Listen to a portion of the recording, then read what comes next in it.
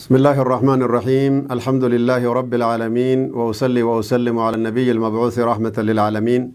وعلى آله وأصحابه وسلم أجمعين أما بعد وبلين خير دا أردفتو تبركا ربي سبحانه وتعالى توفيقا في خيري قرقدو إن شاء الله تعالى ربي سنها دبلو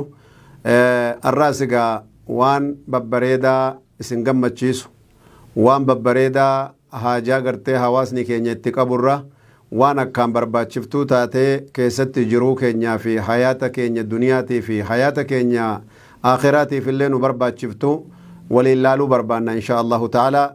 وهي علامات الساعة وأماراتها الصغرى والكبرى والتي انقضت والتي ننتظرها علامة قرتي يوكي أمارا يوكي ملتو قيامان قرتني as deemuu jirti nuun jedhu alaamaa qiyaamaan dhaabbachuuf deemti nuun jedhu eegan hafneefu namni garii yaaduun ni mala maaliif har'a waan qiyaamaan ukkaasanii way qiyaamaan dhihaatte jechuun ni mala garuu waan jaan waan namaa taa'u ofirraan tahanuufi jaan waan namaa taa'u biralleen tahanuu jaan waan sii taa'u si eeggatu ofumarratti qophaa'uu qabda jechuu kanaaf rasuulli keenya alayhi salaatu wassalaam amrii dajjaalirraa dubbatanii akkuma guyyaa dheengaddaa xiqqoo tokko karaa deemaa itti gorre amrii dajjaal nabiyyoonni gartanii na dura dabran 124 hin afne dubbatan malee waa'ee dajjaalirraa dubbatan malee ummata ofiirraa sodaachisan malee wa ana ahaqqu min an undhirakum bih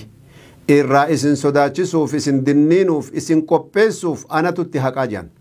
fa innahu yakhruju fi ummata kiyya keessatti bahuu jiraataa jechuudhaaf خناف رسول كenya عليه الصلاة والسلام وإن خرج وأنا فيكم أنا حجيج كل مؤمن يو أنا إسن كيس جرو نمتش بلا مصيبة قدان ديمو كن قبه أنا تو مؤمنة هندا في قرتي نابتاساتي وبيساتي يا رسول ربي عليه الصلاة والسلام وإن خرج بعدي يو أنا ديم إسن كيس به أرتنا جتشو أما دبين تيرابوداتنا جتشو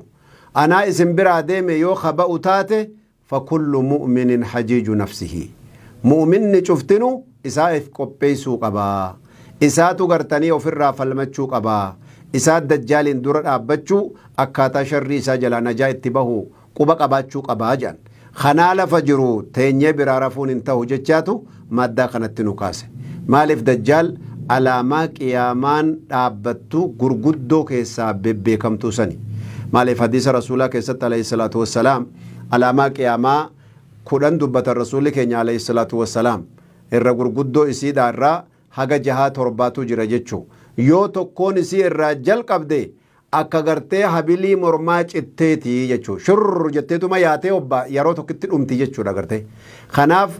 يعني ونسين ترتو فنجرو خناف قياد إنقدا إرقمني رسول كينياتو إرقمني نبي كينياتو صلى الله عليه وسلم علامة قياماتي ونجنف تنافي جتشو مالف غافا قرتي جبريل رسولك إن يهركك أبتي لفافودي سمايت وجديما ملايكان سمايني غافت جبريل بري دده جنان أكا رواية بخاري كيست جرو جتشو جبريل بري دده سماواتي هيما غافتي جنان هلاك عبد سماواتي جتشو دا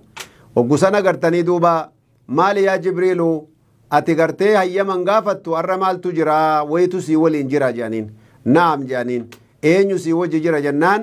ergamaa rabbii nabi muhammadi nabiyyu aakhiri zaman awa ursila ilay hay zamani nabi muhammad gaheetitti ergame jaaniin malaayikaan rifatan jechuu liannahu nabiyyu aakhiri zaman alaamaa qiyaamaati irraa jechuu وفي ذلك قال صلى الله عليه وسلم خنافو جان ارغما ربي بعثت انا والساعه كهاتين انا في قيامان هونو أكنت إرقمني وفي رواية كادت أن تسبقني هاقاتي قوتو كون قرتي دورة دبر مالي ندورة دبر وفود إهاتي يا رسول ربي عليه الصلاة والسلام إذا نبو لين خيري دا دبينا كناكوني نتي أموس ننجا رسول ربي عليه الصلاة والسلام أمتا قرتي نبيوتا قرتي ندورة جرانتو والدني نني والهبتشي سني شريك إياماتي في دجال الرأي أنا تو أمو اتسن دنين وفحقق بنجن رسول الله عليه السلام الرمو مال جراجران علماء كينيا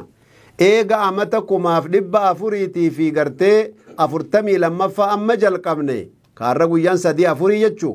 نتو اتوال دنين وحقق بجتشا علماء دبتن مالف rasuulli rabbiitu alayhi salaatu wassalaam waggaa kumaaf dhibba afurii ol agartee nu biraa deemanii amma jirru nutu xarafarra jira. Nutu amma dajjaalii fi amrii isa qiyaamaadhaa fi gartee shu'uuna isa nutu akka gaarii walii gorsuu qabaa yaada jedhutu ulamaa'ii keenya kaasee kitaaba gartee ashraatu saa'a alaamaa saa'a mallattoo qiyaamaa irraa dubbachuun kitaaba ulamaa'ii keenya irratti dirqama ta'e jechu. Kanaaf obboleeyyan imaanaa sunnaa rabbul aalamiinaati waan hafaatii miti. Maalirra jirra osoo nu maalirra jirru dhufe akkamitti gartee balaa kana gartee jala rabbiin agartee nu baraare nagaa nu baasa jechuuf irratti wal yaadachiisuu nu barbaachisa jechuu. Walidhaalika ikhwata al-islaami wal iimaan alaamaan gartanii qiyaamaadha takki alaamaan agartanii aakhirri gartanii zamanaa itti dhufuu jiraatu obboleeyyan imaanaa alaamaa hedduutu gartee kaa'amee jira jechuu. alaamaa sanirraa warri saalihootaa warri sahaabotaa ka dubbatan khuruuju ba'di alfiraqi almukhaalifa warra gartanii khawaarija taatu maali shi'aa taatu warra gartee ulamaa'iin firaqa gurguddaa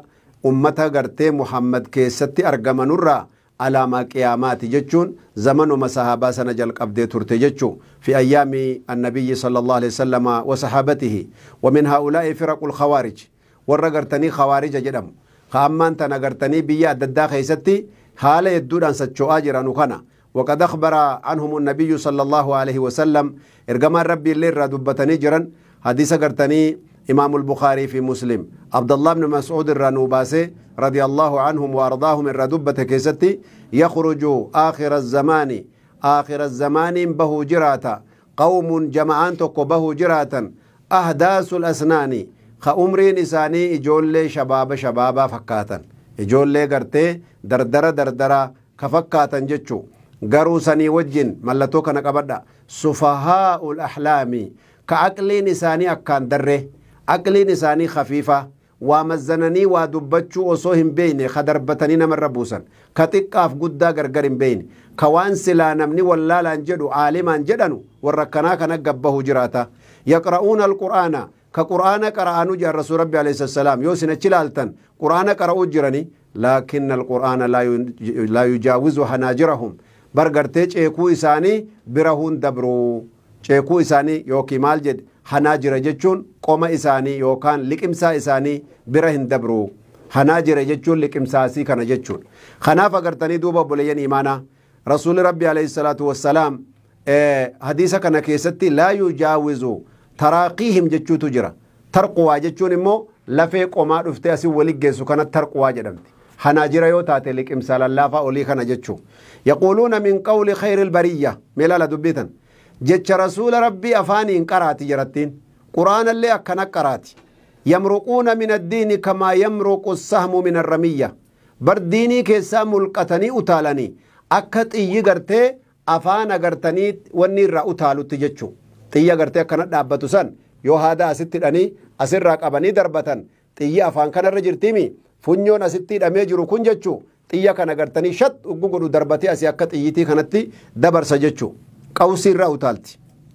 akka xiyyi qawsiirraa utaalee dabrutti diinii rabbii keessa utaalanii bahanii ofii diinii keessa jirra of seehanii jechuu waqad wasafahum annabiyyu sallallahu alaihi wasallam ergamaan rabbii gartanii wasfii isaanii lafa kaa'ee jira bihaadhihi sifaati alcajiiba sifaata gartee mallattoo ajaa'ibaa akkanaa kanaan hadiisun aakhar hadiisa biraa keessatti waan jedhe annahum min shiraari alkhaliiqa sharrii uumaa banii aadam taate keessa tokko isaanii jecha rasuuli rabbi alayhi salaam lafa kaanii jiran jechuu kama fi sunani abi daawuda wa sunani ibni maaja wa mustadrak alxaakim wa musnad imaami ahmad rahima allahu aljamiic maal je agartee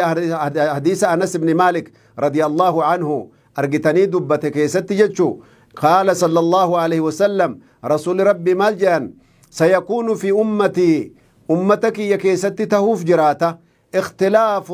وفرق يعني والأبن سافي الدببهن سهدون من قبا ولتك أبوتو أمتك يستي تهوف جراتا قوم يحسنون الكيلا ويسيئون العمل ميلالا دبيتنا وبليين ورغرتي أفقالاتي afaan collee ka afaaniin akka jabaa gartee haasa'uudhaan namatti hin dhiifne haasaa namatti hin dhiisan laakiin hojii keessatti duwwaadha ziiroodha jechuu kanaan agartee yaqra'uuna alqur'aana قرآن قرآن جاء رسول ربي عليه الصلاة والسلام لا يتجاوز تراقيهم لفيقوم إساني كان قد اندبروا جاء رسول ربي عليه السلام يمرقون من الدين نبها ديني كيسا مروق الرمي مروق السهم من الرمية akka gartanii xiyyi qawsi irraa utaaltutti irraa bahanii jira rasuul rabbi alayhi salaam laa yarji'uuna hin deebi'anu gartee dhugaatti hin deebi'anu hattaa yartadda sahamu ilaa fuuqihi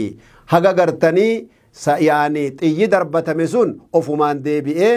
yaani qawsiitti as garagalee bakka irraa utaalisanitti deebi'utti suwway malaare ونقول تقدر دربتمي ورانا دربتن جنفون قبتن جتي من قدون كينيا خنا الرايدو بقرتي رسول مالجي وهم شرار الخلق والخليقة الرحمت أمتا الرحمت أمماتي سانجتشا لفكا يا رسول ربي عليه السلام أجايب دقي فدا دبير إرقام ربي طوبى أبو واتولت طوبى يوسين جدن ديني ربي كيستي شجرة في الجنة جدن طوبى اسمها شجرة في الجنة خاغرتني اللاتي شمبرين جنتا الرقبتو بريد النساتي في زمردي في زبرجدي في ورقي نساتي في زكيا نساتا أجايبا طوبى جاني مقايسي سنتي فكيسير قمر ربي طوبى واتلت لمن قتلهم نما قرتني دوبا إسال لولي وقتلوه إقرتي إسا أجيسا يدعون إلى كتاب الله وليسوا منه كتاب ربي تسياما قرآن ربي جلده مسنجان وفي قرآن الرتقامة إسان في شيء وما تكالي قرآن كيسا قودا قبا من قاتلهم نمني إسان سنين لولي كان أولى بالله ربي نمني الرديهاتا نمني ربي تقرتي تقربت تنتو نمجر سنين لولي جي رسول ربي السلام سيما التحالك warra keessatti mataa haaddate haaduu mataa haaduudhaan malee hin deemne jedha rasuul rabbi alayhi salaatu wassalaam ilmii himatanii ilmii irraa qoodan qaban ibaadaa keessatti akkaan tattaafatanii ibaadaa isaanii sana keessa mulqatanii keessaa bahanii jedha rasuul rabbi alayhi salaatu wassalaam idan obboleeyyan imaana alaamaa qiyaamaa arraan tana gartee mataa jalqabdee harkaanuu qabdi mala gartee barbaaddachuuf boqonnaa lammataatti walitti dhufna wassalaamu alaykum